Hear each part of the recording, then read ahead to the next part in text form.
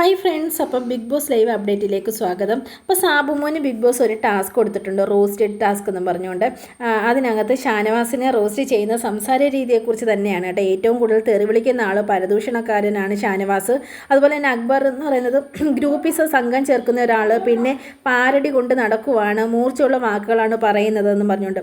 പിന്നെ ആര്യനെ പറയുന്നത് പിന്നെ മറ്റാരെയും വെച്ചല്ല, നമ്മുടെ ജിസേലിനെ പറയാതെ പറയുകയാണ് ആര്യനെ കേട്ടോ. അപ്പോൾ സാബുമോനെ പറഞ്ഞ സാബുമോൻ ആക്റ്റീവ് ഒന്നും അല്ല.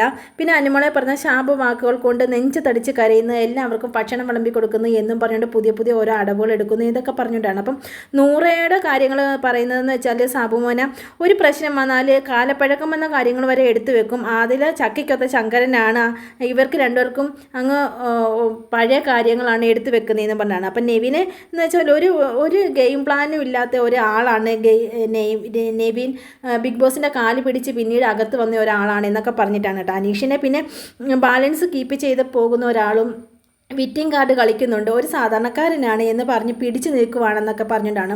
അതുപോലെ ബെന്നിയെ കുത്തിത്തിരിപ്പുകാരി, ഏഷണിക്കാരി എന്നൊക്കെ പറഞ്ഞിട്ടാണ് നമ്മുടെ സാബുമോൻ അത് പറയുന്നതെന്ന് വെച്ചാൽ നമ്മുടെ ബിഗ് ബോസ് ഒരു റോസ്റ്റഡ് ടാസ്ക് കൊടുത്തേക്കാണ്. അപ്പോൾ എല്ലാവരും ഒന്ന് പൊരിച്ചെടുക്കണമെന്നും പറഞ്ഞുകൊണ്ടിട്ടാ. അതിനുവേണ്ടിയാണ് നമ്മുടെ സാബുമോൻ പറയുന്നത്. പക്ഷേ സാബുമോന് ഇതിന് തിരിച്ച് നമ്മുടെ മത്സരാർത്ഥികൾ തിരിച്ച് സാബുമോനോട് പ്രതികരിക്കാനുള്ള അവസരങ്ങളൊക്കെ കൊടുക്കുന്നുണ്ട്. അത് നമുക്ക് പിന്നീടുള്ള ലൈവിൽ വരാം. അപ്പോൾ ഇത്രയേ ഉള്ളൂ.